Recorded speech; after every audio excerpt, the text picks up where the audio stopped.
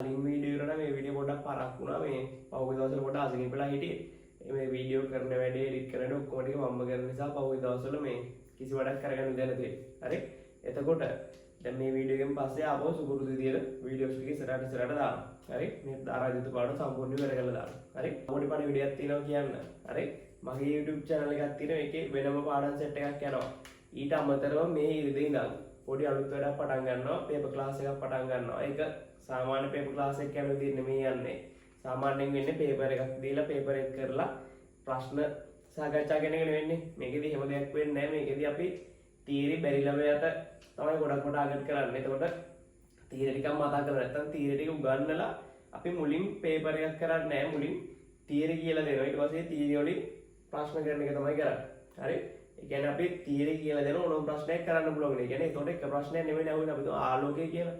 දැන් ආලෝකයේ වර්ධනය අපි තීරි ටික කියලා දෙනවා. ඕනම ප්‍රශ්නයකට හරියන විදිහට. එතකොට අපි තීරි කරා එවෙන් ආපු ගණන් ටිකක් හද. පැහැදිලි?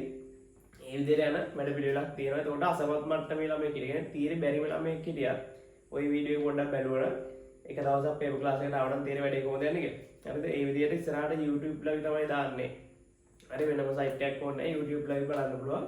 එතකොට මේ ඉරිදා බොහෝ වෙලාවට රාත්‍රී 10ම වෙලාව ඉස්සරහට කියනවා. හරි? රෑ 10ට නම් පැය දෙකක් තුනක් වගේ වෙලාවක් යයි. හරි? එතකොට අපි බලමු දැන් අද පාඩම. හරි? එතකොට අපිට අද කතා කරන්න තියෙන්නේ විද්‍යුත් ශක්තිය ගැන. හරි? එතකොට අපි කලින් සතිවල කතා කරා ප්‍රතිරෝධය කතා කරා ධාරාව විභවාන්තර ඔය දේවල් කතා කරේ. හරි? එතකොට අපි හිතමු මෙන්න මෙහෙම අපි ප්‍රතිරෝධයක් අරගෙන හරි අපි මෙහාරා ධාරාවක් යවනවා කියලා හිතන්න. මෙහාරා මොකක් හරි ධාරාවක් යවනවා. හරි මෙන්න මේ ප්‍රතිරෝධයක් කරා ධාරාවක් පවත්ව ගන්න එක අපි වෙන විදිහකට කිව්වොත් එහෙනම් මෙන්න මෙහෙම කියන්න පුළුවන්. අපි ප්‍රතිරෝධයට සපයනවා විද්‍යුත් ශක්තිය. හරි ප්‍රතිරෝධයට ධාරාවක් පවත්වන අපි කියන ප්‍රතිරෝධයට සපයනවා කවුද? විද්‍යුත් ශක්තියක් සපයන. හරි එතකොට මෙන්න මේ ප්‍රතිරෝධයකට පුළුවන් එයාට හම්බෙන ශක්තිය වෙනස් ශක්තියින් බවට පරිවර්තනය කරන්න පුළුවන්. හරි ප්‍රතිරෝධයක් කරන්නේ එයාට හම්බෙන විද්‍යුත් ශක්තිය මෙයා වෙනත් ශක්තියින් බවට පරිවර්තනය කරන. නැත්නම් මෙයා විද්‍යුත් ශක්තිය පාවිච්චි කරලා නැත්නම් විද්‍යුත් ශක්තිය පරිභෝජනය කරලා එයා වෙනත් ශක්තියින් හදන. උදාහරණයක් විදිහට අපි සූත්‍රිකා බල්බයක් ගත්තාම සූත්‍රිකා බල්බය ඇතුලේ මම එදා කලින් දවසෙත් කිව්වා ප්‍රතිරෝධයනේ තියෙන්නේ. මේ ටංස්ටන් කම්බියක් තියෙන. හරි? එතකොට සූත්‍රිකා බල්බයක් කරා අපි ධාරාවක් පවත්වන්න මොකද වෙන්නේ? එයා විද්‍යුත් ශක්තිය පරිභෝජනය කරලා එයා මොනවද නිපදවන්නේ? එයා ආලෝක ශක්තියයි තාප ශක්තියයි දෙකම නිපදවනවා. හරි? අපි බල්බ් එකේ අපිට පේනවා එළියක් වීදෙනවා. ඊට පස්සේ අපි බල්බ් එක ඔන්න අල්ලලා බැලුවොත් එහෙනම් බල්බ් එක රත් වෙලා දින. කියන්නේ එයා ආලෝක ශක්තියයි තාප ශක්තියයි දෙකම නිපදවනවා. පැහැදිලිද? හරි? එතකොට මෙන්න මේ විදිහට අපි ප්‍රතිරෝධයකට විද්‍යුත් ශක්තිය සැපෙවුවාම හරි එයා ඒක වෙනස් ශක්තියින් බවට පරිවර්තනය කරනවා. හරි අපි හිතමු කිසියම් ප්‍රතිරෝධයක් ඉන්නවා. මෙයාට අපි සපයන විද්‍යුත් ශක්තිය ඔක්කොම මෙයා පරිවර්තනය කරන්නේ තාප ශක්තිය බවට විතරක් නෑ. කියන්නේ දෙන විද්‍යුත් ශක්තිය ඔක්කොම තාප ශක්තිය බවට පරිවර්තනය කරනවා නම් අපි යාට කියනවා ශුද්ධ ප්‍රතිරෝධයක් ගැන. හරිද? ශුද්ධ ප්‍රතිරෝධයක් ගැන. හරි එතකොට මෙන්න මේ ප්‍රතිරෝධයකට විද්‍යුත් ශක්තිය සැපෙවුවා අපි සිලබස් එකේ කතා කරන මේ ශුද්ධ ප්‍රතිරෝධ ගැන. කියන්නේ මේ සපේන තාපය ඔක්කොම එයා මොන මේ සපේන විද්‍යුත් ශක්තිය මොන බවටද පත් කරන්නේ? තාප ශක්තිය බවට. පැහැදිලිද? හරි එතකොට මෙන්න මේ ප්‍රතිරෝධයකට විද්‍යුත් ශක්තිය සැපෙවුවාම නැත්තම් ප්‍රතිරෝධයක් කරහා ධාරාවක් පවතිනකොට මෙන්න මේ නිපද වෙන තාපය පිළිබඳ පරීක්ෂණ කරලා තියෙන ජූල් කියන විද්‍යාඥයා. ප්‍රතිරෝධයකින් නිපද වෙන තාපය ගැන ජූල් කියන විද්‍යාඥයා පරීක්ෂණ කරලා තියෙනවා. හරි? එතකොට එයා පරීක්ෂණ කරනකොට මෙන්න මේ වැඩක් තමයි කරලා තියෙන්නේ. ප්‍රතිරෝධයක් අරගෙන එයාට I ධාරාවක් සපයනවා. අපි හිතුවා I ධාරාව නිසා මෙයාට ලැබෙනවා කියලා B විභවාන්තරයක්. හරි? එතකොට මෙයා මොකද කරන්නේ? තාපය නිපදවනවානේ. එතකොට අනවරත අවස්ථාව කියලා අපි ගත්තොත් එහෙම මෙයා නිපදවන තාපය ඔක්කොම ටික මොකද වෙන්නේ? පරිසරයට හානි වෙනවා. අපි හිතනවා මෙන්න මෙහෙම. සිම්පල් T කාලයකදී මෙයා W තාපයක් නිපදවනවා කියලා හිතන්න. හරි? Simple T කාලයකදී W තාපයක් නිපදවනවා. හරි? එතකොට ජූල් කියන විද්‍යාඥයා පරීක්ෂණ කරලා හොයාගෙන තියෙන ප්‍රායෝගික පරීක්ෂණ මගින් මෙන්න මේ නිපද වෙන තාපේ W කියන එකන අනුලෝමව සමානුපාතිකයි ධාරාවේ වර්ගය. පිට ලයින් ගත්තේ ධාරාවේ වර්ගය. W අනුලෝමව සමානුපාතිකයි ප්‍රතිරෝධයේ විශාලත්වය. ඊට පස්සේ ආවලි දෙන W සමානුපාතිකයි මෙන්න මේ ධාරා පැවතිය කාලයට කියලා. හරි. එතකොට සමානුපාත තුන් දෙනෙක් තියෙනකොට අපි දන්නවා මේක ලියන්න පුළුවන් අපිට කොහොමද? W සමානුපාතිකයි I වර්ග RT. ඒක සමානුපාත නීතියක් දැක්කම මොකද අපි ඊළඟට කරන්නේ? සමාන ලකුණක් දාගන්නවා සමානුපාත නියතයක් එක්ක. K I වර්ග RT. හරි. එතකොට මෙන්න මේ K කියන්නේ කවුද? සමානුපාත නියත. ඒතර මෙයා ඉදිරි විශේෂත්වය තමයි මෙන්න මේ ඔක්කොම ටික W I R T කියන කට්ටිය SI එක වලින් ආදේශ කරාම මෙන්න මේ K ගයාගේ එකට සමාන වෙනවා. හරි සමානයෙන් මේ වල වගේ තමයි. K ගයාගේ එකට සමාන වෙනවා. එහෙනම් අපිට මේ සමීකරණය ලියත හැකි නේද මෙන්න මේ විදිහට. හරි. W සමානයි I වර්ග RT. එතකොට අපිට ඔන්න ඔය විදිහේ සූත්‍රයක් එනවා. මෙන්න මේ ප්‍රතිරෝධයකින් නිපදවන තාපය පිළිබඳ. හරි. එතකොට I කියලා කියන්නේ ප්‍රතිරෝධය හරහා පවතින ධාරාව. ප්‍රතිරෝධයේ විශාලත්වය මේ තියෙන්නේ ධාරා පැවතිය කාලය. පැහැදිලිද? හරි. එතකොට W සමානයි I වර්ග RT. හරි. හැබැයි අපි දන්නවා V සමානයි IR නේ. එහෙනම් අපිට පුළුවන් මොකක් කරන්නද? මෙන්න මේ I කියන කෙනා වෙනකොට දාන්න පුළුවන් කවුද අපිට? V බෙදීම R. I සමානයි V බෙදීම R. එහෙනම් මේකට අපි ආදේශ කරනවා. එතන අපිට W සමානයි එතන අපිට නෝ කවුද? V බෙදීම R දැම්මම V වර්ග බෙදීම RT. අපිට මෙන්න මේ R කියන එක නම් මේ සමීකරණයෙන් අයින් කරන්න ඕන මොකද අපි කරන්න ඕන? R සමාන වෙන්නේ කාටද? V බෙදීම I. එතකොට අපි මෙතෙන්ට R අයින් කරන්නේ V බෙදීම I දැම්මම අපිට එනවා W සමානයි V I කියලා. හරි. එතකොට අපිට සූත්‍ර තුනක් එනවා මේ විදිහට W සමාන I වර්ග RT, W සමාන V වර්ග බෙදීම RT සහ W සමානයි VI TT ගැපෙන්නේ නැහනේ. හරි. එතකොට මේ විදිහ අපිට සූත්‍ර තුනක් ගන්න පුළුවන් මෙන්න මේ තාප ශක්තිය පිළිබඳ ගණනය කිරීම කරන්න. හැබැයි අපි ගණන් හදනකොට අපිට මතකද මේ වගේ සූත්‍රය? මේ සූත්‍රය මතක තියාගන්න නැහැ. ඊළඟට ගන්න කොටසෙන් එන සූත්‍ර තුන තමයි අපි මතක තියාගන්න. හරි. ඊට පස්සේ හරිද? අපි මෙන්න මෙහෙම වැඩක් කරනවා. හරි. දැන් මේ මොනවද මේ තියෙන්නේ? T කාලයකදී නිපදවපු තාපයනේ. එතකොට මෙන්න මේ ප්‍රතිරෝධයක් මගින් තාපය නිපදවීමේ ශීඝ්‍රතාවයට අපි නමක් කියතේ මොකක්ද? තාපය නිපදවීමේ ශීඝ්‍රතාවයට කියතේ මොකක්ද කියලා? ක්ෂමතාවය කියලා කියත හැකිනේ. හරි. එතකොට මේගොල්ලෝ මෙන්න මේ තාපය නිපදවීමේ ශීඝ්‍රතාවයට අපි කියනවා ප්‍රතිරෝධයේ ක්ෂමතාවය කියලා. එතකොට ප්‍රතිරෝධයක් මගින් හැමදෙරේම මොකද කරන්නේ? එයා විද්‍යුත් ශක්තිය නිපදවුවද? නෑනේ. එයා විද්‍යුත් ශක්තිය මොකද කරේ? විද්‍යුත් ශක්තිය තාප ශක්තිය වඩපත් කරා. يعني විද්‍යුත් ශක්තිය මෙයා මොකද කරේ? පරිභෝජනය කරන්නේ, පාවිච්චි කරන්නේ. එතකොට ප්‍රතිරෝධයෙන් මගින් හැමදෙරේම මොකද කරන්නේ? විද්‍යුත් ශක්තිය පරිභෝජනයක් කරා. ඊට පස්සේ එයා මොකද කරේ? පරිසරයට හානි කරන්නේ නැත්නම් පරිපතේ තිබ්බ විද්‍යුත් ශක්තිය පරිසරයට හානි කරා. නැත්නම් වෙනත් ප්‍රදේශයකට හානි කරානේ. හරි. පරිපතයෙන් ශක්තිය හානි කිරීමක් කරේ. එතකොට මෙන්න මේ ශක්තිය හානි කිරීමේ ශීඝ්‍රතාවක් මේකෙදි වෙන නමක් කියන මෙන්න මේ විදියට. ක්ෂමතා උත්සර්ජනය. ඒ කියන්නේ ක්ෂමතා උත්සර්ජනය කියන්නේ තේරුම මොකද්ද? ක්ෂමතාවය හානි කිරීමේ ද ශක්තිය හානි කිරීමේ ශීඝ්‍රතාවය. නැත්නම් ක්ෂමතා හානි. ඒකට අපි මේකේ පාඩමේ දිගටම කියන නම මොකද්ද? ක්ෂමතා උත්සර්ජනය. එතකොට මෙන්න මේ ප්‍රතිරෝධයක ක්ෂමතා උත්සර්ජනය කියලා කියන්නේ ප්‍රතිරෝධය මගින් ඒකක කාලයකදී හානි කළ තාප ප්‍රමාණය. එතකොට අපි දන්නවා ප්‍රතිරෝධයේ ක්ෂමතාවයේ P නම්. හරි. මේ W කියලා කියන්නේ මොකද්ද? T කාලයේදී හානි කළ තාපය W කියන්නේ. එහෙනම් ඒකක කාලයකදී තාප ප්‍රමාණය P නම් පිළිදෙන P සමානයි W බෙදීම T. එහෙනම් මේ සූත්‍ර තුන අපිට පොඩ්ඩක් වෙනස් කළ ගත හැකි කොයි විදිහද? P සමානයි I වර්ග R, P සමානයි V වර්ග බෙදීම R සහ P සමානයි VI කියලා. ඒතර මෙන්න මේ සූත්‍ර තුන පාවිච්චි කරලා තමයි අපි ගණන් හදන්නේ. ඒතර මේ මොනවද එන්නේ මේ ප්‍රතිරෝධයක ක්ෂමතා උත්සර්ජනය. නැත්නම් මේක අපි වෙන විදිහකට කිව්වොත් එහෙම ගණන් වලට ප්‍රයෝජන විදිහට පාඩම් කරගත්තොත් එහෙම මේ තියෙන්නේ ප්‍රතිරෝධයේ ශක්තිය පරිභෝජනය කරන ශීඝ්‍රතාවය. නැත්නම් මේ තියෙන්නේ ප්‍රතිරෝධයේ ශක්තිය පරිසරයට හානි කරන ශීඝ්‍රතාවය. පැහැදිලිද? හරි.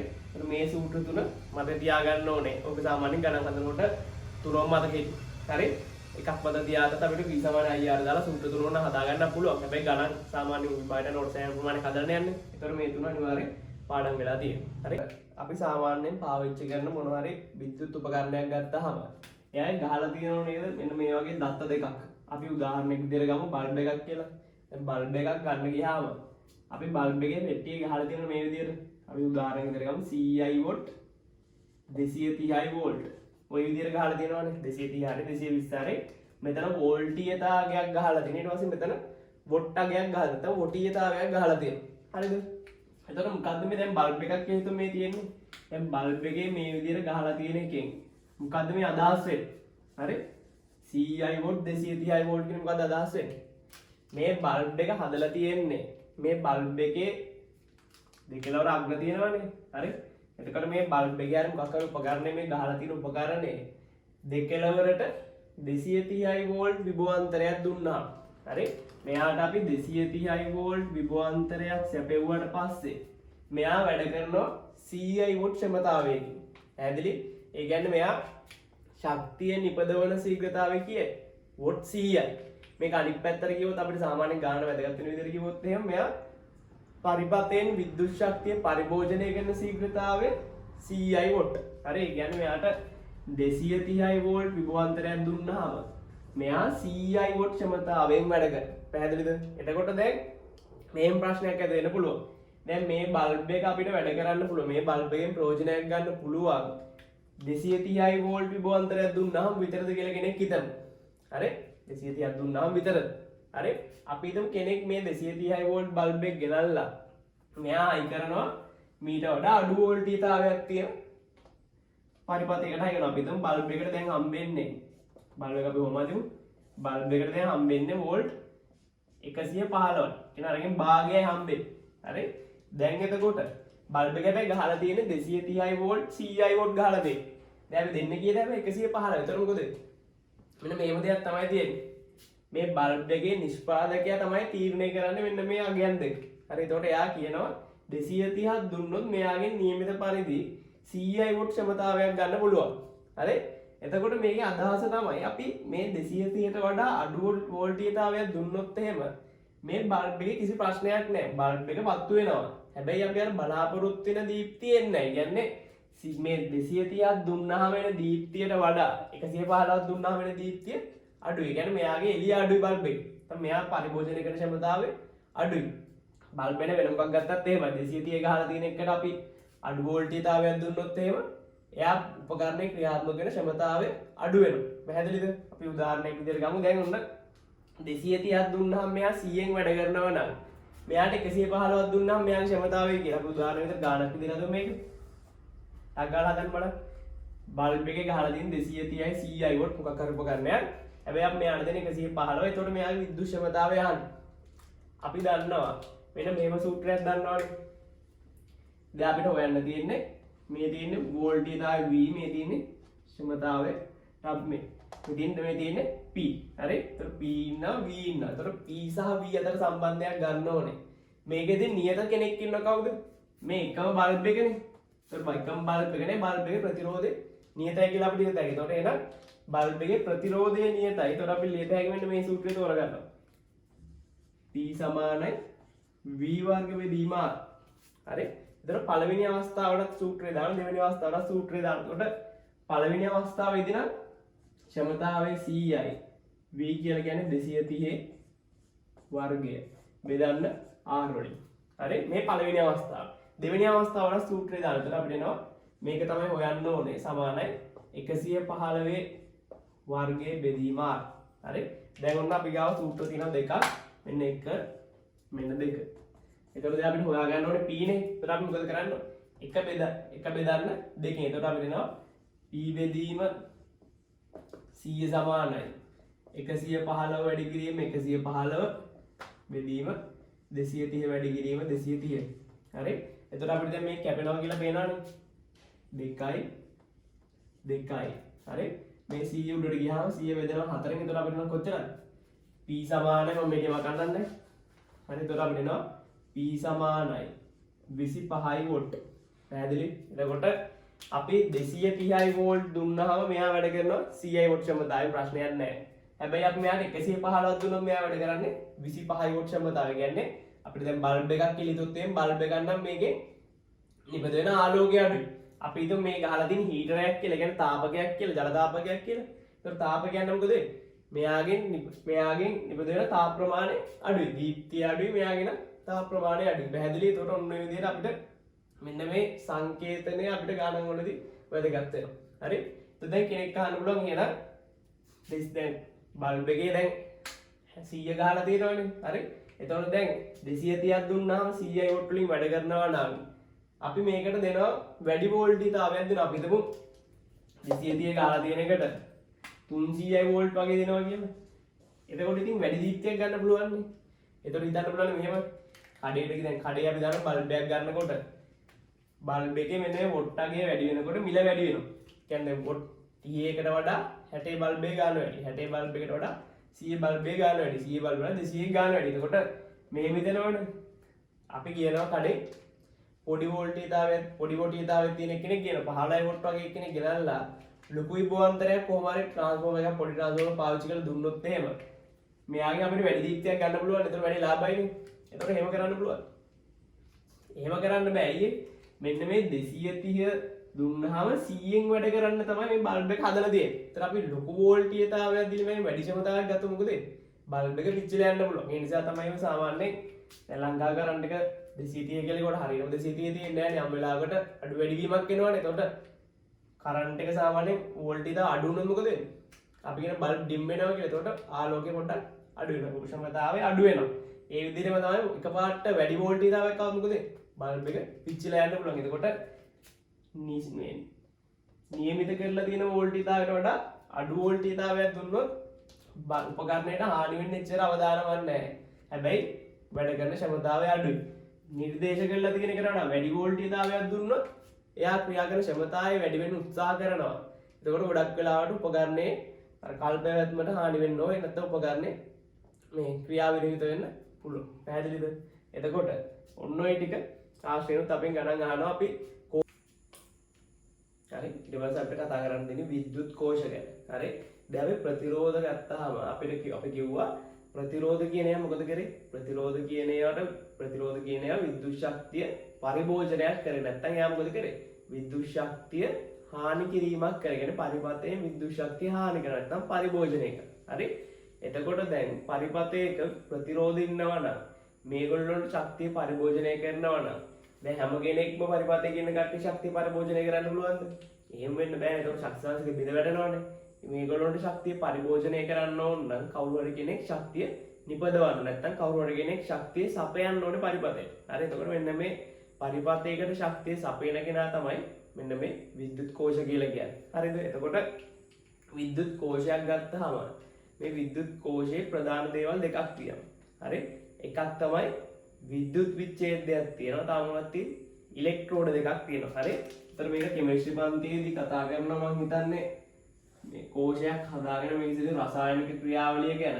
හරි? අපි රසායනික ක්‍රියාවලිය වැදගත් වෙන්නේ නැහැ. හරිද? එතකොට කෝෂයක් ගත්තාම එයාගේ මූලික කොටස් මොනවද? විද්‍යුත් විච්ඡේදයයි ඉලෙක්ට්‍රෝඩ දෙකක් තියෙනවා. හරි? එතකොට මෙන්න මේ විද්‍යුත් විච්ඡේදය මේ ඉලෙක්ට්‍රෝඩයි රසායනික ප්‍රතික්‍රියාවක් වෙනවා. මේ රසායනික ප්‍රතික්‍රියා ප්‍රතිඵලයක් විදිහට මෙන්න මේ ඉලෙක්ට්‍රෝඩ දෙකෙන් එක ඉලෙක්ට්‍රෝඩයකට අඩු විභවයකුත් එයාට සාපේක්ෂව අනිත් ඉලෙක්ට්‍රෝඩයකට වැඩි විභවයකුත් හම්බෙනවා. හරි? එතකොට මෙන්න මේ අඩු විභවය හම්බෙන අග්‍රය අපි ඍණාග්‍රය අග්‍රය ලෙසත් වැඩි විභවය හම්බෙන එක ධන අග්‍රය ලෙසත් නම් කරනවා. හරි? එතකොට මෙන්න මේක අපි පරිපථයක මේ වගේ කෝෂයක් අදින්නේ නැහැනේ. පරිපථ සංකේතය තමයි මේ තියෙන්නේ. හරි?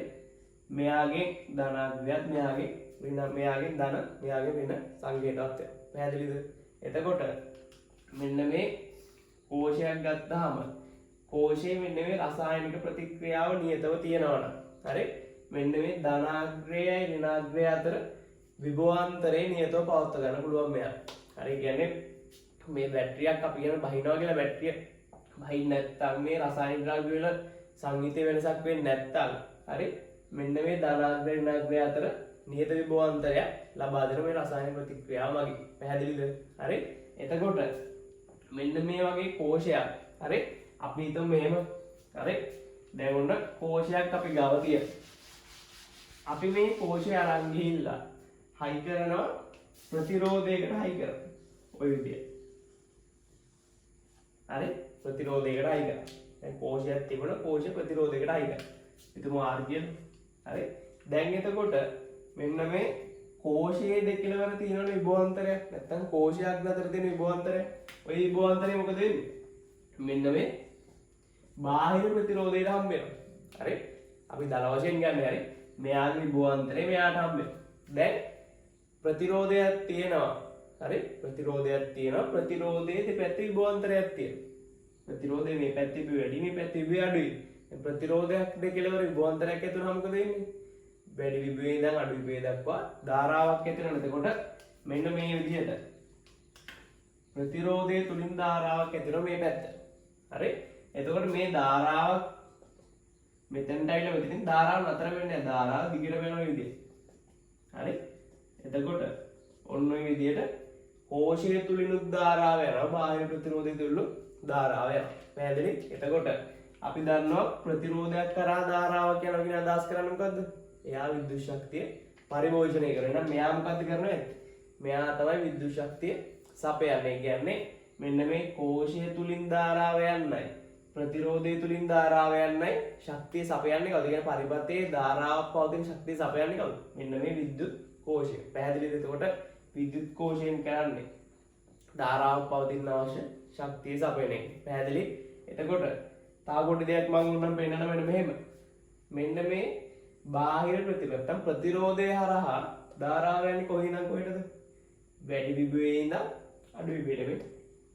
පොඩ්ඩක් අපි බැලුවොත් එහෙම කෝෂය දිහා කෝෂය තුලින් ධාරාව යන්නේ කොයි පැත්තටද? මේ කොහෙටද යන්නේ? අඩු විභවයේ ඉඳන් වැඩි විභවයට. මේ අඩු විභවයේ ඉඳන් වැඩි විභවයට. අනිත් පැත්තට යන්නේ පැහැදිලිනේ? හරි. බාහිර ප්‍රතිරෝධයක් තුලින් ධාරාව යන්නේ වැඩි විභවයේ ඉඳන් අඩු විභවයට. හැබැයි කෝෂය තුලින් යන්නේ අඩු විභවයේ ඉඳන් වැඩි විභවයට. ඕක අපිට චුම්බකීය ක්ෂේත්‍ර අඩවිදිත් අහු වෙනවා. හරි. එතකොට මෙන්න මෙහෙම මත තියාත්තනම් හරි. ශක්තිය පරිභෝජනය කරන කෙනෙක් නම් එයා හරහා ධාරාව යන්නේ වැඩි විභවයේ ඉඳන් අඩු විභවයට. කියන්නේ සාමාන්‍ය විදිහ. ඒක තමයි සාමාන්‍ය විදිහ. හැබැයි ශක්තිය නිපදවන කෙනෙක් ඉන්නවනම් අන්න එයාගේ විතරක් ධාරාව යන කොයින්ද කොහෙද? අඩු විභවයේ ඉඳන් වැඩි විභවයට. පැහැදිලිද? හරි. අනිත් ප්‍රශ්නේ තමයි දැන් කෝෂයට කොහෙන්ද ශක්තිය? කෝෂයෙන් කරන ශක්ති පරිවර්තනය මොකක්ද? දැන් ප්‍රතිරෝධයෙන් නම් මොකද කරන්නේ? විද්‍යුත් ශක්තිය පරිභෝජනය කරලා තාව ශක්තිය වලට පරිවර්තනය කරනවා. හරි. ඒ වගේ කෝෂය මොකද කරන්නේ? කෝෂය කොහොමද විද්‍යුත් ශක්තිය නිපදවන්නේ? අපි කියව රසායනික ප්‍රතික්‍රියාවෙන් ඉල ඉගෙන යම් මොකද කරන්නේ? රසායනික ශක්තිය තමයි පරිවර්තනය කරන කවුරු වලට? විද්‍යුත් ශක්තිය වලට. පැහැදිලි? ඒකට කෝෂයක් මගින් රසායනික ශක්තිය විද්‍යුත් ශක්තිය බවට පත් කරනවා. ප්‍රතිරෝධ මගින් විද්‍යුත් ශක්තිය තාප ශක්තිය බවට පත් කරනවා. පැහැදිලිද? හරි. එතකොට හරි. ඔය අපි කතා කරේ මේ සරල පරිපථයක් ගැන තමයි කතා කරේ. හරි. එතකොට අපි කිව්ව මොකද්ද? පරිපථය තුලින් බාහිර පරිපථය තුලින් නා කෝෂය තුලින් ධාරාවක් පවතින ශක්තිය වැය කරන්නේ කවුද? කෝෂය. හරි. එතකොට මෙන්න මේ ශක්තිය කියන කතාව ඇසුරෙන් අපි කෝෂයකට අර්ථ දක්වන පදයක් විද්‍යුත්ගාමක බලය කියලා. හරි. එතකොට කෝෂයක විද්‍යුත්ගාමක බලය කියලා කියන්නේ මේ අර්ථ දැක්වීම අර තියාගන්න. හරි. කෙලිම 2015 රචනා ගාන අහනකොට මේ අර්ථ දැක්වීමත් එක්කම තමයි අහන්නේ. හරි. එතකොට කෝෂයක විද්‍යුත්ගාම බලය අර්ථ දක්වන මේ විදිය. කෝෂය තුලින් හා බාහිර පරිපථය තුලින් ඔන්න මෙහෙම ලියාගත්තත් කවන්න. කෝෂය තුලින් හා බාහිර පරිපථය තුලින් එකයි කූලෝම් ආරෝපණයක් රැගෙන යාමට කෝෂය වැය කරන ශක්තිය එම කෝෂයේ විද්‍යුත්ගාමක බලය ලෙස හැඳින්වෙන්නේ. එම කෝෂයේ විද්‍යුත්ගාමක බලය ලෙස හැඳින්වෙන්නේ කියන්නේ කූලෝම් එකක්. අර කලින් ගත්ත පරිපථයක හිතන්න කෝෂය තුලින් නා බාහිර පරිපථය තුලින් කූලෝම් එකක් අරන් යන්න මෙයාට විද්‍යුත්ගාම බලය E කියලා ගත්තොත් එහෙම P ගාව කියලා හිතෙන් ලියා ගන්නවා. ඒක අපි ගත්තොත් E කියලා. කූලෝම් එකක් අරන් යන්න කොච්චර ශක්තියක් යනවද? E ශක්තියක් යනවා. හරි. එහෙනම් Q ආරෝපණයක් අරන් යන කොච්චරක් යනවද? එකකට E නම් Q ආරෝපණයක් අරන් යන EQ. හරි. එතකොට Q ආරෝපණයක් අරන් යන්න වැය කරන ශක්තිය W කියලා ගත්තොත් W සමාන කාට? EQ. හරි. එතකොට මෙන්න මේ සමීකරණේ අපිට පුළුවන් ඊට ඒකකයක් හොයාගන්න. W ශක්තිය ජූල්. මෙයා තමයි අපිට හොයාගන්න ඕන කෙනා. මෙයා කූලෝම්. එහෙනම් විද්‍යුත් ගාම බලය ඒකක අපිට ගතයි මොනවද? කූලෝමීටර් ජූල් නැත්තම් මෙයා සම්මතයේ විද්‍යුත් ගාම බලය. කෝෂයවල ගහලා තියෙන විද්‍යුත් ගාම බලය වෝල්ට්. හරි? එතකොට ඔන්න ඔය ටික ඉතාල වැදගත් කෝෂයක් ගැන අපි කතා කරනවා. එතකොට අපි කෝෂයකට සමීකරණයක් ගත්ත විද්‍යුත් ගාම බලය ඇසුරෙන් W සමානයි EQ මේ අදහස් කරන්නේ මොකද්ද? කෝෂය තුලින් නා බාහිර පරිපථය තුලින් Q ආරෝපණයක් කරන්න ඕන කාර්යය තමයි මේ EQ ගුණිතය. E කියලා කියන්නේ කෝෂයේ විද්‍යුත් ගාමක බලය. හරි? ඊට පස්සේ අපි මෙන්න මෙහෙම වැඩක් කරනවා. අපි දන්නවා පාඩම පටන් ගන්න මුල්ම දවසේ අපි කිව්වා Q සමානයි IT කියලා සූත්‍රයක් තියෙනවානේ. හරි? එතන අපිට මොකද කරන්න පුළුවන්? මෙන්න මේ Q තියෙන තැනට දාන්න පුළුවන් කවුද? IT දාත. එතන අපිට W සමානයි EIT කියලා එනවා. පැහැදිලිද? හරි? එතකොට අපි මෙන්න මෙහෙම පදයක් අර්ථ දක්වන කෝෂයකට අයිත් පදයක්. හරි? කෝෂයේ ක්ෂමතාව. මේ කෝෂයක ක්ෂමතාව මේක හරියට මතක තියාගන්න නම් ටික නම් කීපයක් වෙනවා ඉස්සරහට. හරි? කෝෂයක ක්ෂමතාවය. එතකොට කෝෂයක ක්ෂමතාවය කියුවා අපි අදහස් කරන්නේ යමනිතරම කෝෂයේ ශක්තිය නිපදවීමේ ශීඝ්‍රතාවය. නැත්නම් කෝෂයේ ශක්තිය නිපදවන ශීඝ්‍රතාවය. නැත්නම් කෝෂයේ ක්ෂමතාවය. හරි? එතකොට අපි දන්නවා T කාලයේදී මෙයා නිපදව කොච්චරද? T කාලයේදී W ශක්තියක් නිපදව. නැත්නම් අපි දන්න පොඩි කාලේ නම් ක්ෂමතාවය සමානයි W බෙදීම T. එහෙනම් කෝෂයේ ක්ෂමතාවය මොකද කියන්නේ? P සමානයි මේ පැත්ත T ක බෙදුවාම P සමානයි EI. එහෙනම් P සමානයි EI. පැහැදිලිද? එතන මේකත් වැදගත් සූත්‍රයක්. P සමානයි EI. මේකෙන් මොකක්ද දෙන්නේ? කෝෂයේ ක්ෂමතාවය කියන්නේ මේ ටික හරියට මතක තියාගන්න. හරි? කෝෂයේ ශක්තිය නිපදවීමේ ශීඝ්‍රතාවය නැත්නම් තප්පරයට ජූල් කීයක් නිපදවද කියලා තමයි මේකෙන් එන්නේ. එතකොට අපි කෝෂය විද්‍යුත් කෝෂයක් ගත්තාම විද්‍යුත් කෝෂයක වැදගත් කාරණා දෙකක් තියෙනවා. අපි දැනගෙන ඉන්න ඕන දේවල් දෙකක් තියෙනවා. එකක් අපි කතා කරා දැන් මොකද්ද? විද්‍යුත් ගාමක බලය P ගාම. ඊට පස්සේ කෝෂයක අනිත් වැදගත් දේ තමයි කෝෂයේ අභ්‍යන්තර ප්‍රතිරෝධය. කියන්නේ ගාණක් දෙනුනත් අපි දන්නවා කෝෂයක ගාණක් හදන්න අපිට කෝෂයේ දෙන්න ඕන දත්ත දෙකයි. විද්‍යුත් ගාම බලය අභ්‍යන්තර ප්‍රතිරෝධය. පැහැදිලි? එතකොට මොකක්ද අභ්‍යන්තර ප්‍රතිරෝධය කියලා කියන්නේ? හරි? දැන් අපි කෝෂයක් පරිපථයට දාන්නේ කෝෂ පරිපථයට දාන්නේ පරිපථයට ශක්තිය සපයන. හරි? හැබැයි තම පරිපථයේ ධාරාවක් ඇති කරන්න මේ කෝෂයක් දාන්නේ. හැබැයි මෙන්න මේ පරිපථයට අපි කෝෂයක් දැම්මම අපි ඉස්සෙල්ලා ඇඳලම් පෙන්නුවා. හරි? කෝෂය අයි කරාට පස්සේ මෙයා හරහා විතරක් ධාරාව ඇති වෙන්නේ නැහැ. මෙයා හරහා යන ධාරාව අනිවාර්යෙන්ම කෝෂය හරහාත් යනවා මේ විදිහට. හරි? එතකොට දැන් කෝෂය හරහා ආරෝපණ ගලාගෙන යනකොට කෝෂය ඇතුලෙන් පැන නගින බාධාවට අපි කියනවා කෝෂයේ අභ්‍යන්තර ප්‍රතිරෝධය කියලා. හරි? එතකොට දැන් කෝෂය ඇතුලේ අභ්‍යන්තර ප්‍රතිරෝධයක් තියෙනවා නම් හරි? අපිට මේක ප්‍රායෝගිකව අත්විඳින්න පුළුවන් කෝෂයට අභ්‍යන්තර ප්‍රතිරෝධයක් තියෙනවා කියන්නේ. හරි? ඒ කොහොමද? දැන් ප්‍රතිරෝධයක් හරහා ධාරාවක් කරන මොකද වෙන්නේ? කලින් දැන් ටික වෙලක් කතා කරේ ප්‍රතිරෝධයක් කරා ධාරාවක් යනකොට තාපය නිපද වෙනවනේ. ඒකට තාපය නිපදුනහම මොකද වෙන්න පුළුවන්?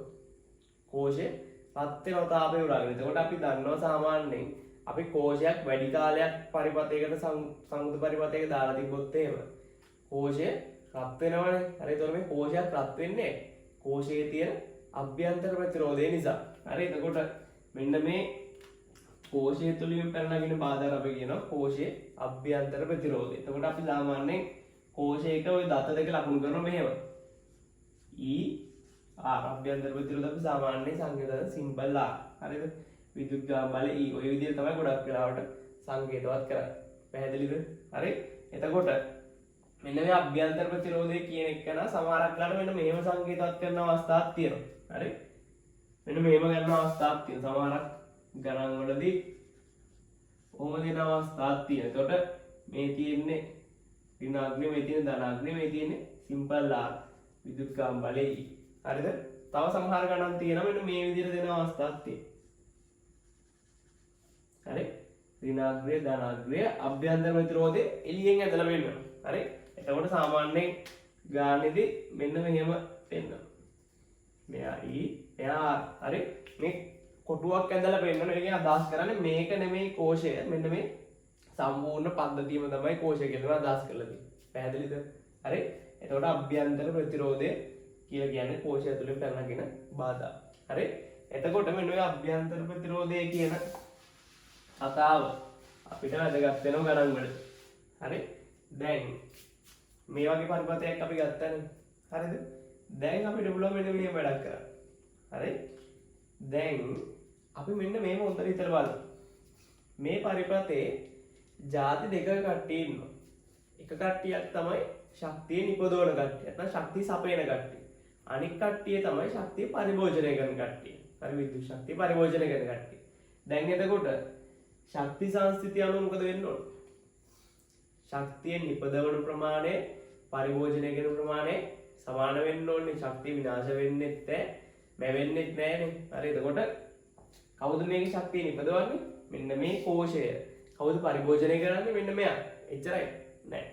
අභ්‍යන්තර ප්‍රතිරෝධ ශක්තිය පරිභෝජනය කරනවා. එහෙනම් වෙන්න ඕන දේ මොකද්ද?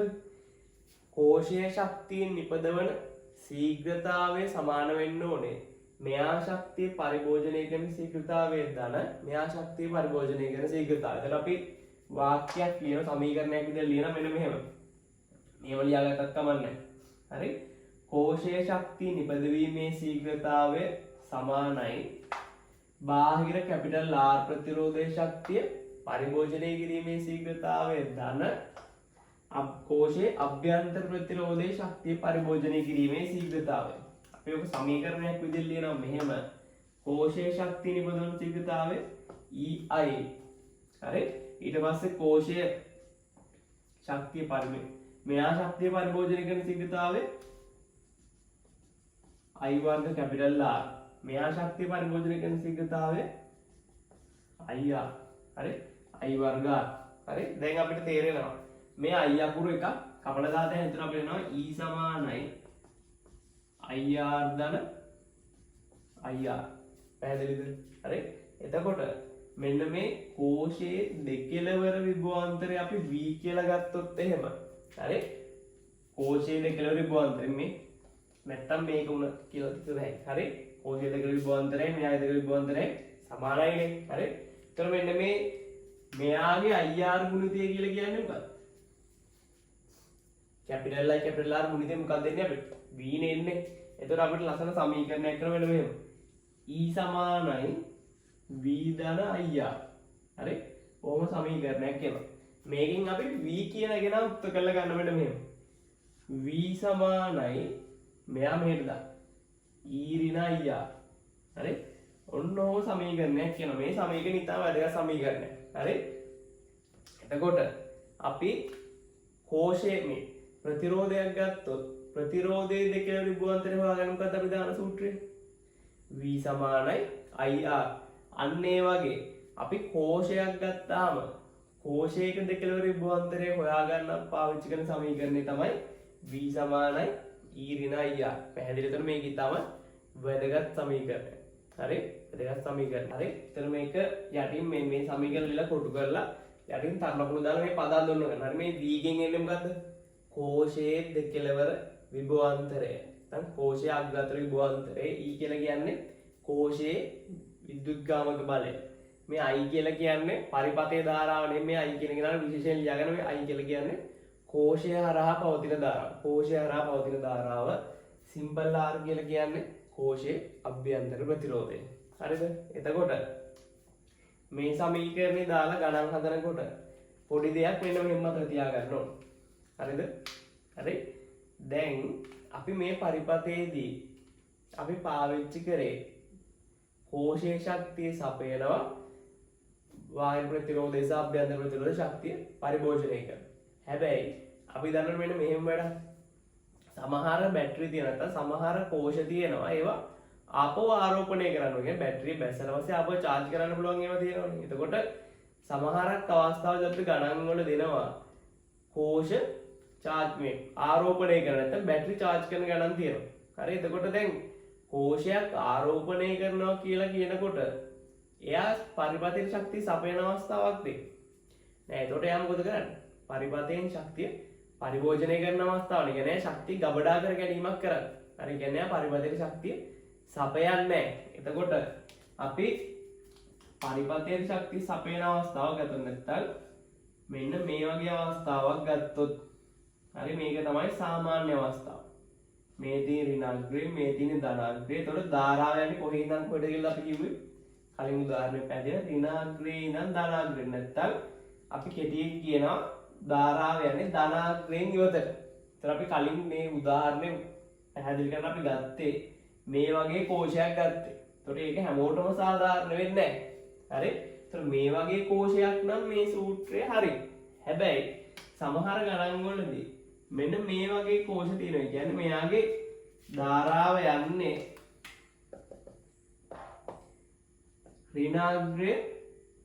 ඍණාග්‍රයෙන් ඉවතට තමයි මෙයාගේ ධාරාව යන්නේ. අපි කියනවා ධනාග්‍රේ වෙතට එන්නේ. හරි? දැන් මෙයාගේ ධාරාව යන්නේ ධනාග්‍රයෙන් ඉවතට. හරි?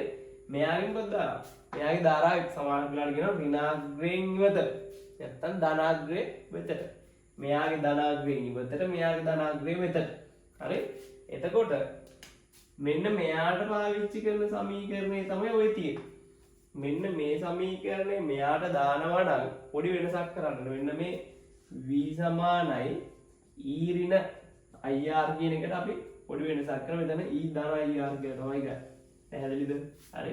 එතකොට මේ සමීකරණයේ ආකාර දෙකක් තියෙනවා. ධනාග්‍රයෙන් ඉවතට ධාරාව යනවා නම් එතකොට අපි දාන්නේ v සමානයි e ඍණ ir. හරි? ධනාග්‍රයේ වෙතට ධාරාව වෙනවා නම් අපි දාන්නේ v සමානයි e ධන ir. පැහැදිලිද? එතකොට ඔය සූත්‍ර දෙක පාවිච්චි කරන විදිහ දැනගෙන ඉන්න ඕනේ අනිවාර්යෙන්. මේකේ MCQ ගණන් වලටත් ඕනේ, රචනා ගණන් වලටත් ඕනේ. පැහැදිලිද? හරි? හරි. එතකොට අනිත් දේ තමයි ඒක මේ අමතර කාරණයක් විදිහට මේ ගණන් කරනකොට ගණන් හදනකොට ගොඩක් වැදගත් වෙන කාරණයක්. කෝෂයේ ධාරාව තියෙන ධනාග්‍රයෙන් ඉවතට නම් මත තියාගන්න එයා පරිපථයේ ශක්තිය සපයන කෙනෙක්. හරි? කෝෂයේ ධාරාව තියෙන ධනාග්‍රයේ වෙතට නම් මෙයා ශක්තිය ගබඩා කරගන්න කෙනෙක්. නැත්නම් පරිභෝජනය කරන කෙනෙක්. හරිද? ඊට පස්සේ අනිත් වැදගත් දේ තමයි මෙන්න මේ කෝෂයේ ධාරාව යන්නේ කොහෙද කොහෙද? මේ පැත්ත මේ ඍණේ ඉඳන් ධන පැත්තට. මෙයා කියන්නේ ධනේ ඉඳන් ඍණ පැත්තට. දැන් ප්‍රතිරෝධයක් ගත්තොත් අපි මේ විදිහට දැන් ප්‍රතිරෝධයේ ධාරාව යන්නේ මේ පැත්තට නම් මේකෙන් අදහස් වෙන්නේ මොකද්ද? මේ එකපාරට තේරෙන්නේ නැත්නම් කලින් වීඩියෝ දෙක බලන්න. හරි? මේකෙන් අදහස් වෙන්නේ මේ ඉඳන් මේට ධාරාව යන අදහස් වෙන්නේ මොකද්ද? මේ පැත්තේ විභවය වැඩි, මේ පැත්තේ විභවය අඩුයි. ඊට පස්සේ මේ පැත්තට ධාරාව යනවා ඒක අදහස් වෙන්නේ මොකද්ද? දැන් විභවාන්තරේ මාරුණා. මේ පැත්තේ විභවය වැඩි, මේ පැත්තේ විභවය අඩුයි. ඒත් ප්‍රතිරෝධයක නම් ධාරාව යන දිශාව අනුව විභවය වැඩි කොහෙද විභවය අඩු කොහෙද කියන එක තීරණය රඳාපවතින මාරු වෙනවා. හරි? හැබැයි කෝෂයක එහෙම එකක් නැහැ. කෝෂයක ධාරාව කොයි පැත්තට ගියත් ධනාග්‍රේ වෙතට ගියත් ඍණාග්‍රයෙන් වෙතට ගියත් කොහොම ධාරාව ගියත් මෙයාගේ ඍණාග්‍රේ විභවය අඩුයි ධනාග්‍රේ විභවය වැඩි. ඒ කියන්නේ මෙතෙන්ට වඩා මෙතන විභවය අනිවාර්යෙන් වැඩි විශේෂ අවස්ථා නැත්තම්. හරි? එතකොට මතක තියාගන්න කෝෂයේ ධනාග්‍රයෙන් ඉවතට ධාරාව ගියත් ඍණාග්‍රයෙන් ඉවතට ධාරාව ගියත් අවස්ථා දෙකේදීම ඍණ පැත්තට වඩා ධන පැත්තේ විභවය වැඩි. ඒ කියන්නේ මෙන්න මේ v කියලා උත්තරේ එන්නේ ධන විභවයේ වෙන විභවයෙන් ධනාග්‍රේ විභවය ඍණාග්‍රේ විභවය අඩු කරාම එන උත්තරේ තමයි එන්නේ. පැහැදිලිද? අපි ගණන් හදනකොට බලමු මේවා යෙදෙන්නේ කොහොමද කියලා. හරිද? එතකොට අනිත් කාරණේ තමයි මෙන්න මේ දේ පොඩ්ඩක් බලන්න. හරි? මේ සූත්‍ර දෙකෙන් මොකක් ගත්තත් හරි? අපි හිතනවා මෙන්න මෙහෙම. හරිද? යම් කිසි වෙලාවක හරි හිතන්න කෝෂය හරහා ධාරාවක් යන්නේ නැහැ. හරි? කෝෂය හරහා ධාරාවක් යන්නේ නැහැ. මේක වැදගත් කාරණයක්. කෝෂය හරහා ධාරාවක් යන්නේ නැහැ. කියන්නේ I කීයද? කෝෂය හරහා ධාරාවක් යන්නේ නැහැ කියලා කියන්නේ I සමානයි 0යි. එතකොට I සමානයි 0 නම් මොකද වෙන්නේ? මෙන්න මේ කෑල්ල කැපිලා යනවනේ. එතකොට මොකක්ද දෙන්නේ අපිට? v සමානයි e. මේක තමත් වැදගත් කාරණා. මේක තම ලකුණක් දාලා ලියන වැදගත් විදිහට මෙන්න මෙහෙම කෝෂය හරහා ධාරාවක් යන්නේ නැත්නම් මොකද වෙන්නේ? විද්‍යුත්ගාමක බලයයි විභවාන්තරය සමාන. කියන්නේ කෝෂයක් කරා ධාරාව යන්නේ නැත්නම් කෝෂයේ දෙකලවර විභවාන්තරයේ විද්‍යුත්ගාමක බලයට සමාන වෙයි. මේක ප්‍රැක්ටිකල් වලටත් ඕනේ, MCQ වලටත් ඕනේ, රචනා වලටත් ඕනේ. හරි? තව ලකුණක් දාලා ලියා ගන්න.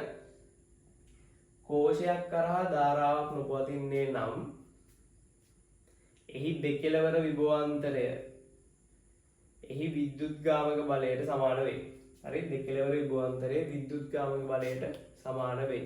හරි? ඊට පස්සේ වැදගත් තර ලකුණු අංක 2. හරි? ওই විදිහට මේ හිතන්නත් පුළුවන්. දැන් අපි සාමාන්‍යයෙන් හැබැයි මෙන්න මෙහෙම දෙයක් තියෙනවා. අපි කෝෂයක් අපි ප්‍රායෝගිකව ගත්තොත් අනිවාර්යෙන් කෝෂයට තියෙන අභ්‍යන්තර ප්‍රතිරෝධයක්. හැබැයි අපිට දැන් ගණන් වලට දෙන ඒවා ඔක්කොම මේ ප්‍රායෝගික දේවල් නෙමෙයි දෙන්නේ. හරි හැබැයි සෛද්ධාන්තික කෝෂ තියෙන්න පුළුවන්. කියන්නේ ගණන් වලදී සමහරක් කෝෂ දෙනවා. ඒ කෝෂ වල අභ්‍යන්තර ප්‍රතිරෝධයක් නැහැ. කියන්නේ R සමානයි බිඳුව. හරි? දැන් R සමානයි බිඳුව නම් මොකද වෙන්නේ? මෙයා බිඳුවයි. එතකොට R බිඳුවක් වුණොත් මොකද වෙන්නේ? ධාරාව ගියත් එකයි නැතත් එකයි දෙකලවර විභවාන්තරයේ විද්‍යුත්ගාම බලයට සමානයි. පැහැදිලි? එතකොට මෙන්න මෙයා බිඳුවයි. R සමානයි බිඳුවයි නම් කෝෂය හරහා ධාරාවක් ගියත් කෝෂය හරහා ධාරාවක් නොගියත් දෙකලවර විභවාන්තරය කාට සමානයිද? විද්‍යුත්ගාම බලයට සමානයි. මෙන්න මේක කලින් එකටත් වඩා ගොඩක් වැදගත් කාරණයක්. තව ලකුණු කීපයක් දාලා හරි කවන්න ලියලා තියාගෙන ඕක MCQ වලට එහෙම ඉතාලම වටිනවා. පැහැදිලිද? හරි එතකොට අපි මේකට පොඩ්ඩක් කලින් කතා කරා. කෝෂයේදී අපි විද්‍යුත්ගාමක බලය දන්නවා, අභ්‍යන්තර ප්‍රතිරෝධය දන්නවා. අපි තව පදයක් කතා කරන්නේ මොකද්ද? කෝෂයේ ක්ෂමතාවය. එතකොට කෝෂයේ ක්ෂමතාවය කියලා කිව්ව මොකද්ද? කෝෂයේ ශක්තිය නිපදවීමේ ශීඝ්‍රතාවය. හරි? එතකොට කෝෂයකට තව පදයක් දක්වන මෙන්න මේ විදිහට. කෝෂයක ක්ෂමතා උත්සර්ජනය. දැන් මේ උත්සර්ජනය කියනකොට ටක් ගාලා මතක් වෙනව මොකද්ද? හානිය කියන එක. එතකොට කෝෂයේ ක්ෂමතා හානිය නැත්නම් කෝෂයේ ශක්තිය හානි වීමේ ශීඝ්‍රතාවය තමයි දැන් හොයන්න හදන්නේ. දැන් කෝෂයේ කොහෙන්ද ශක්තිය හානි වෙන්නේ? කෝෂයට අපි කිව්වා තියෙනවා අභ්‍යන්තර ප්‍රතිරෝධයක්. එහෙනම් කෝෂයේ ශක්තිය නිපදවනවා අභ්‍යන්තර ප්‍රතිරෝධයේ ශක්තිය පරිභෝජනය කරන. නැත්නම් කෝෂයේ නිපදවනවා අභ්‍යන්තර ප්‍රතිරෝධය හානි කරන. එහෙනම් කෝෂයක ක්ෂමතා උත්සර්ජනයේ සමාන වෙනවා කාටද? I වර්ග සිම්පල් R. හරි එතකොට කෝෂයේ ක්ෂමතා උත්සර්ජනයේ සමානයි I වර්ග සිම්පල් R. හරි එතකොට කෝෂයේ නිපදවනවා මෙයා හානි කර. අපි හිතමු විද්‍යුත්ගාමක බලයේ E වන කෝෂයක් තියෙනවා කියලා. එතකොට දැන් කෝෂයේ EI ක්ෂමතාවෙන් ශක්තිය නිපදවනවා. හරි? හැබැයි මේ ශක්තිය නිපදවන්න දාපු කෝෂය මොකද කරන්නේ? කෝෂයේම ශක්තිය පරිභෝජනය කරනවා I වර්ග R ශීඝ්‍රතාවයෙන්. හරි? එතකොට දැන් කෝෂයෙන් අපිට කෝෂයේ දාන්නේ මොකටද අපි?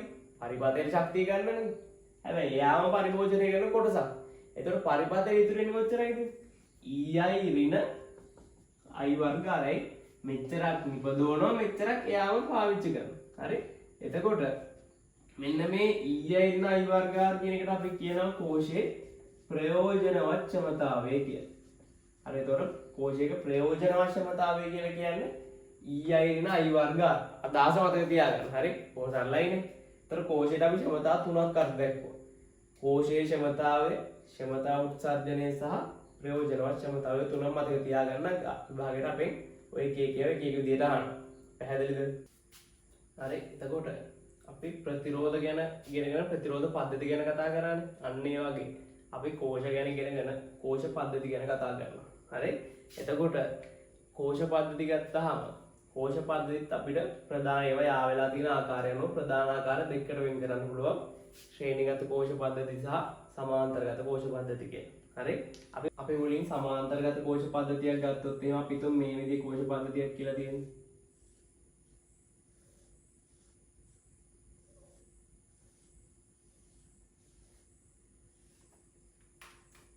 හරි? අපි හිතමු E1 R1 E2 R2 E3 R3. හරි? එතකොට කෝෂ පද්ධතියක් දැන් ප්‍රතිරෝධ පද්ධතියක් හඳුන්වලා අපි ඊට පස්සේ මොකද කරන්නේ? ඒකට සමග ප්‍රතිරෝධයක් හෙව්වා. අන්න ඒ විදිහට අපි කරන්නේ සමග මේ කෝෂ පද්ධතියක් කරන සමාන්තර කෝෂ පද්ධතියක් කරන මේ ආකාරයට අපි ගන්නවා සමග කෝෂයක්. එතකොට සමග කෝෂය අපි දැන් ප්‍රතිරෝධය එකක් වෙලා හරියන්නේ නැහැ. කෝෂයක් වුණාම එයාට දත දෙකක් තියෙනවා දෙකක් දේවල්. විද්‍යුත්ගාම බලයයි අභ්‍යන්තර ප්‍රතිරෝධය. එහෙනම් මෙයාගේ අපි හොයන්න ඕන දේවල් දෙකක් තියෙනවා. විද්‍යුත්ගාමක බලයයි අභ්‍යන්තර ප්‍රතිරෝධයයි දෙකම හොයන්න ඕනේ මෙයා. පැහැදිලි? එතකොට දැන් වෙන්න ඕන දේ මොකද්ද? කෝෂ පද්ධතිය වෙනුවට තියෙන සමගය නෙමෙයි. එහෙනම් මේ කට්ටියම එකතු වෙලා කරන වැඩේ මෙයා තනියම කරන්න ඕනේ. කියන්නේ මේ තුන් දෙනා පද්ධතියකට දැම්මත් එකයි. මෙයා තනියම පද්ධතියට දැම්මත් එකයි. මේ තුන් දෙනායි සමගය කියලා කියන්නේ ඒකනේ. හරි? එතකොට මෙන්න මේ තුන් දෙනාගේ අභ්‍යන්තර ප්‍රතිරෝධ වල සමකයයි මෙයාගේ අභ්‍යන්තර ප්‍රතිරෝධය සමාන වෙන්න ඕනේ. එතකොට අපිට බොහොම ලේසියෙන් තේරෙනවා මේ අභ්‍යන්තර ප්‍රතිරෝධ තුන් දෙනා ආවලා තියෙන්නේ කොහොමද? සමාන්තරගතවනේ. එහෙනම් අපිට එනවා මෙන්න මෙයාගේ අභ්‍යන්තර ප්‍රතිරෝධ 1ට r සමාන වෙනවා කාට? 1ට r1 ධන 1ට r2 ධන 1ට r3. පැහැදිලිද? ඊට පස්සේ මෙන්න මෙයාගේ සමක විද්‍යුත්ගාමක බලයේ සූත්‍රයක් එනවා මෙන්න මේ විදිහට අපිට. E බෙදීම r සමානයි E1 බෙදීම r1 ධන E2 බෙදීම r2 ධන E3 බෙදීම r3 කිය. හරි? මේක සාමාන්‍යයෙන් රිච්චර මොන සමීකරණයක් නෙමෙයි.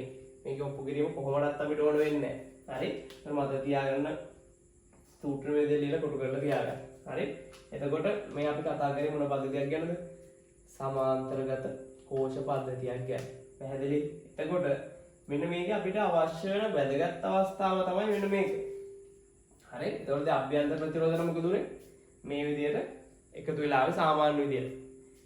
කෝෂ ගත්තොත් E බෙදීම R ඔය විදිහට තමයි ආවේ. හරි? අපි හිතමු අපිට විභාගයේ වැඩිපුරම ගණන් ගන්න කොටස තමයි මේ.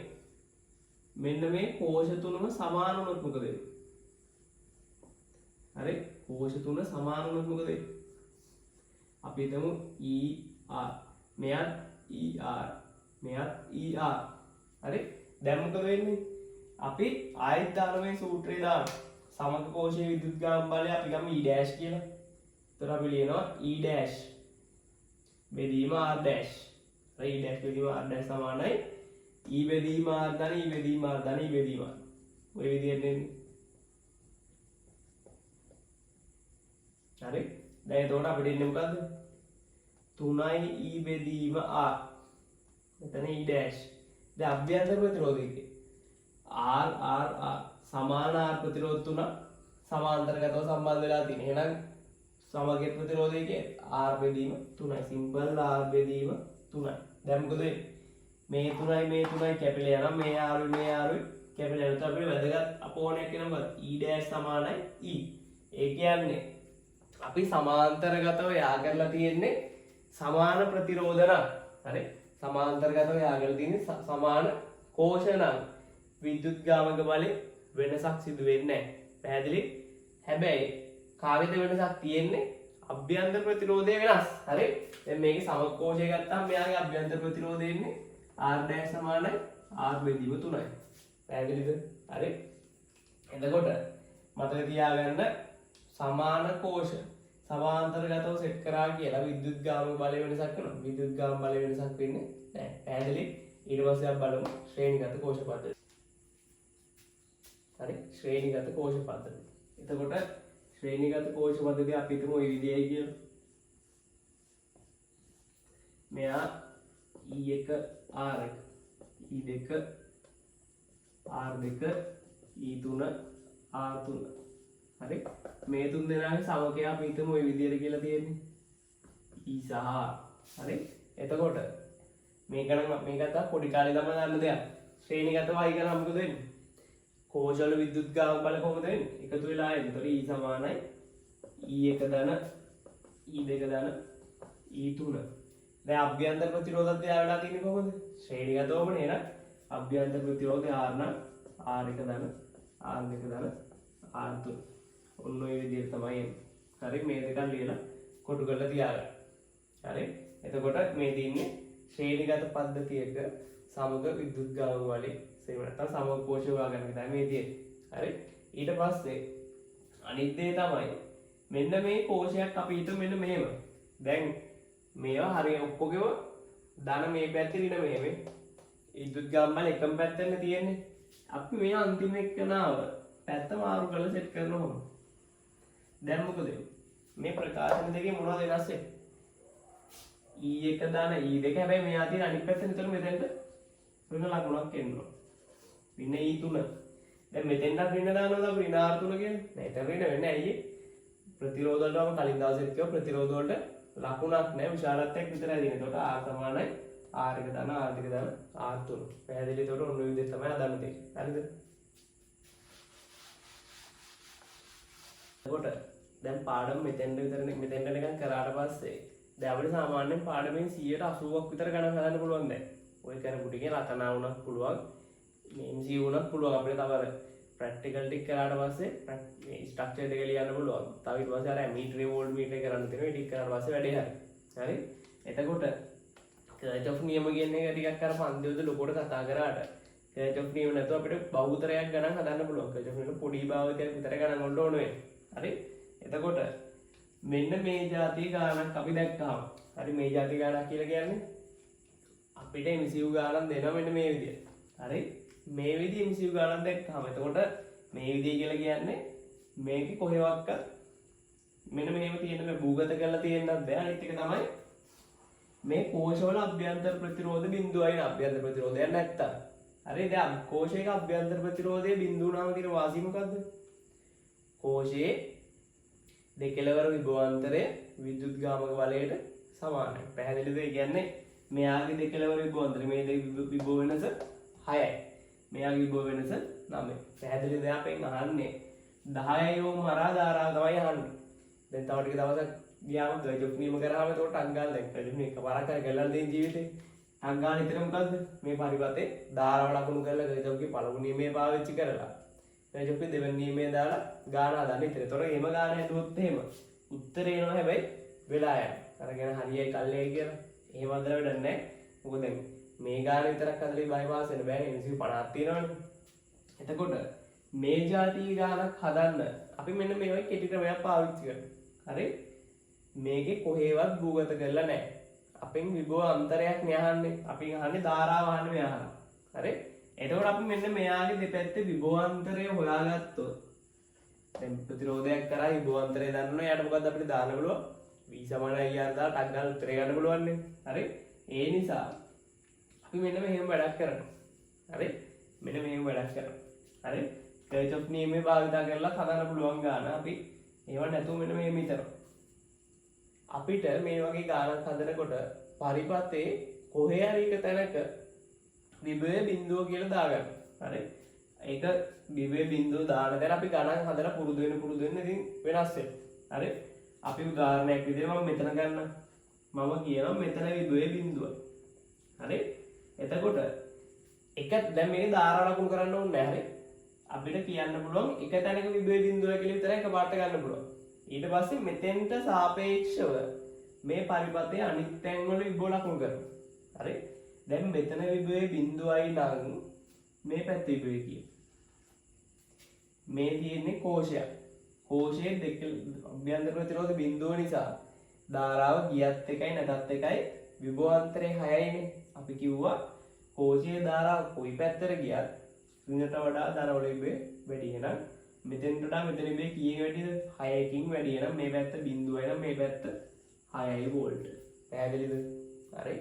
ඊට පස්සේ මේ තියෙන්නේ මොකද්ද මේ? සන්නායක කම්බියක් තියෙන. ඒ කියන්නේ මේ හරහා ප්‍රතිරෝධයක් නැහැ.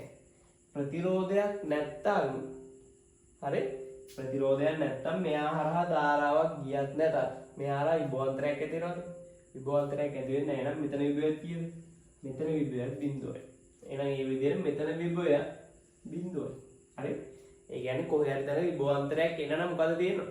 එක්කෝ ධාරාවක් යන ප්‍රතිරෝධයක් තියෙන්න ඕනේ නැත්තම් කෝෂයක් තියෙන්න ඕනේ. දැන් මේ තියෙන්නේ ප්‍රතිරෝධයක් නැති කොටසක්. මෙතන මේ හරහා විභවාන්තර ඇති වෙන්නේ නැහැ. විභවය සමානයි මේ. එහෙනම් ඒ විදිහට මෙතන 6 නම් මෙතන 6යි වෝල්ට්. මෙතන 6යි වෝල්ට්. මෙතනත් 6යි වෝල්ට්. දැන් මේ හරහා ධාරාව යනකොට ටක් ගාලා උදේ. විභවාන්තරේ 6යි ප්‍රතිරෝධය 30යි. හරි. මෙතනත් බිඳුව. එහෙනම් මෙතන කීයද? කෝෂයේ විද්‍යුත්ගාම බලය 9යි. මේ තියෙන ධනාග්‍රේ මේ තියෙන ඍණාග්‍රේ. ධනට වඩා ඍණ විභවය අඩු වෙන්න ඕනේ. විභවාන්තරේ 9ක් වෙන්න නම් මේක බිඳුවයි නම් මේ පැත්ත බිඳුව වෙනවා මේ පැත්ත කීයක් වෙනවද? ධන 9 ගත්තොත් ධනට වඩා ඍණ වැඩි වෙනවනේ. එහෙම වෙන්න බෑ නේද? මෙතන එන්න ඕනේ කීයද? ඍණ 9යි වෝල්ට්. දැන් ඔන්නේ නම් මෙයා හරහා විභවාන්තරය කීයද? විභවාන්තරය කියන්නේ විභව වෙනසනේ. මේ දෙපැත්තේ විභව වෙනස කීයද? 15යි වෝල්ට්. හරි. ඒතර අපිට මේකට දානවා 10 ohmට කර්ච් ඔෆ් නියමය දානවද? නැහැ. මෙයාට දානවා අපි V සමාන IR. ඒතර අපිට එනවා V කියලා කියන්නේ 15යි සමානයි 10යි I. එතකොට අපිට I සමානයි 1.5 ඇම්පියර්. පැහැදිලිද? එතකොට ඔන්න ඔය විදිහට බොහොම ලේසියෙන් ගාන හදාගන්න පුළුවන්. ඊට පස්සේ 2009 39 වෙනි MCQ එක. මේකත් මං හදන්න කලින් වීඩියෝ ගොඩක් නවත්තලා ගාන තනියම උත්සාහ කරන්න දැන් කලින් ගාන තේරුණා නම් මේක හදන්න බොහොම ලේසි. හරි? කැමති තැනක් බිඳුව දාන්න. කොහෙද කැමති? මම කැමති මෙතන බිඳුව වෙනවා. හරිද? මෙතන බිඳුවයි කියලා දාන්න නම් මෙතනත් බිඳුවයි. මෙයා ආධාරාවනේ යන්නේ නම් මේ දෙපැත්තේ තිබ්බ අන්තරය තමයි ඕනේ. හරි? එතකොට මෙතන බිඳුවයි නම් මෙතන කීයද? කෝෂයක් තියෙන්නේ දෙපැත්ත මෙයාගේ අභ්‍යන්තර ප්‍රතිරෝධ බිඳුව නිසා විභවාන්තරයේ විදුද්ගාම බලයට සමානයි. එහෙනම් මෙතන බිඳුව නම් මෙතන කීයද? මේ ඍණ මේ ධන එන 5කින් වැඩි. එහෙනම් මෙයා 5 වෝල්ට්. එහෙනම් මෙතන 5යි නම් මෙතන කීයද කියලා කියද හැකිද?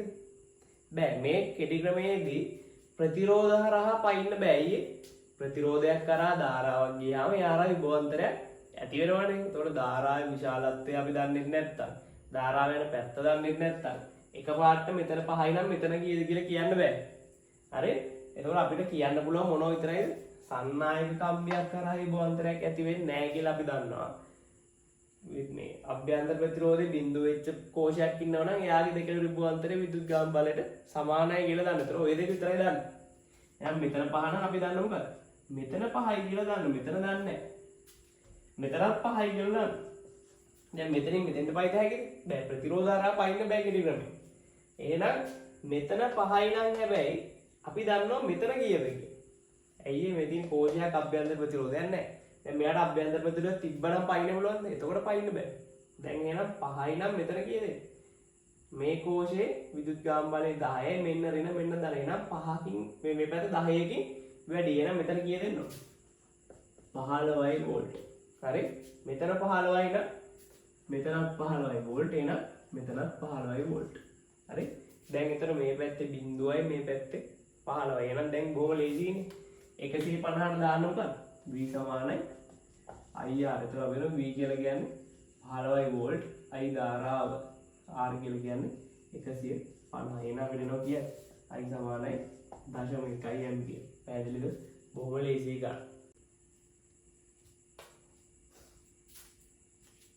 හරි? එතකොට අර ගානන් જાතියේම ඊට වඩා පොඩ්ඩක් ඉස්සරහට පියවරක් තියපු ගානක් තියෙන 2013 45.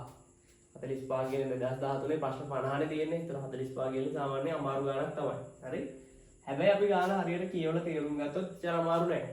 මෙයා හරහා ධාරාවක් කියන්නේ නෑලු.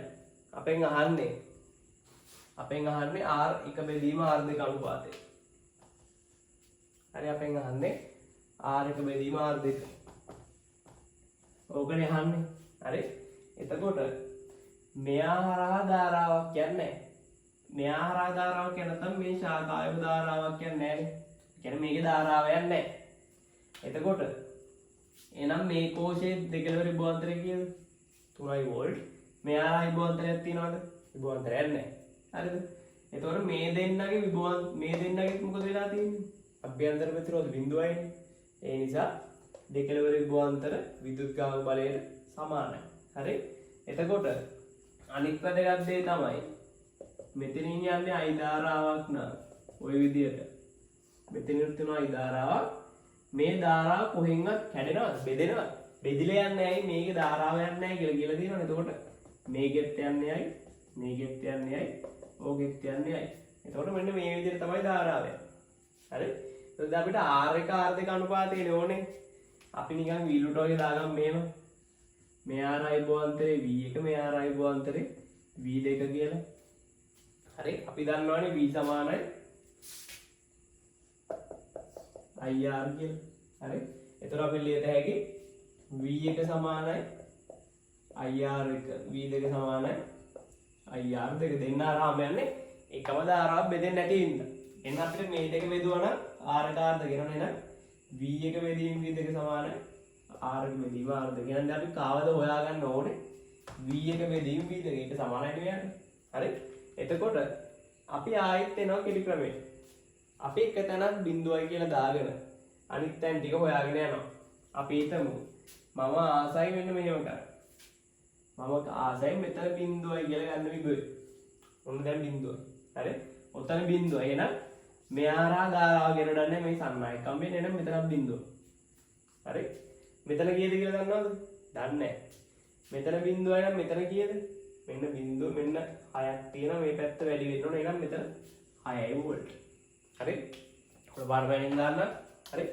එතකොට මෙයා 6යි වෝල්ට්. හරි? මෙතන 6යි නම් මෙතන කීයද? මේ තියෙන්නේ ඍණාත්මක මෙතින් ධනාත්මක වෙන 9කින් වැඩි වෙන්න. මෙතන 6යි නම් මෙතන 15යි වෝල්ට් වෙන්න ඕන. මෙතන 15 නම් මෙතනත් 15ක් වෙන්න ඕන. දැන් ඔන්න යටත් හරි උඩත් හරි. හැබැයි මෙයාගේ විභවාන්තරය ගන්න අපි මෙයාගේ විභවාන්තරය ගන්න මෙතන විභවය දන්නේ නැහැ. එතකොට අපි ආයෙ යනවා මෙන්න මෙතන මේ පාරෙන් එනවා. මෙයා 6යි නම් මෙතන කොහොමත් 6 වෝල්ට්. මෙයා හරහා ධාරාවක් යන්නේ නැහැ නේ. එතකොට ප්‍රතිරෝධයක් තිබ්බත් ධාරාවක් යන්නේ නැහැ කියලා ගානේ කියලාම තියෙනවා නම් විභවාන්තරයක් එන්නේ නැහැ. එතකොට එනම් මෙතන 6 වෝල්ට්. ස්ටෑන්ඩ් නැහැ. දැන් මෙන්න මෙතන 6 නම් මෙතන කීයද? ආයෙත් 3 වෝල්ට් එකක් තියෙනවා. මෙතන ඍණ මෙතන ධන. එහෙනම් මෙතන කීයද? 9 වෝල්ට්. එහෙනම් V1 කියලා කියන්නේ V1 කියලා කියන්නේ විභවයක් නේ. ඒකෙන් පස්සේ දෙන්නේ විභවාන්තරයක්. V සමානයි ඒතර විභවාන්තර. එහෙනම් V1 කියලා කියන්නේ මේකේ විභවාන්තරය කීයද? V1 එහෙනම් 6යි. V2 කීයද? V2 9. එහෙනම් 6 බෙදීම 9 නැත්තම් 6 බෙදීම 9 සුළු කරාම කීයද එන්නේ? 2 බෙදීම 3යි. පැහැදිලිද? ඔන්න ඔය විදිහට බොහොම ලේසියෙන් හදාගන්න පුළුවන්. කර්ල් ඔෆ් නියමකුත් ඕනේ නැහැ. මම ඒකයි කිව්වේ V සමානයි ER කියලා කියන්නේ තාම වැදගත් සමීකරණයක් කියලා පාඩම පටන් ගන්නකොට. හරිද?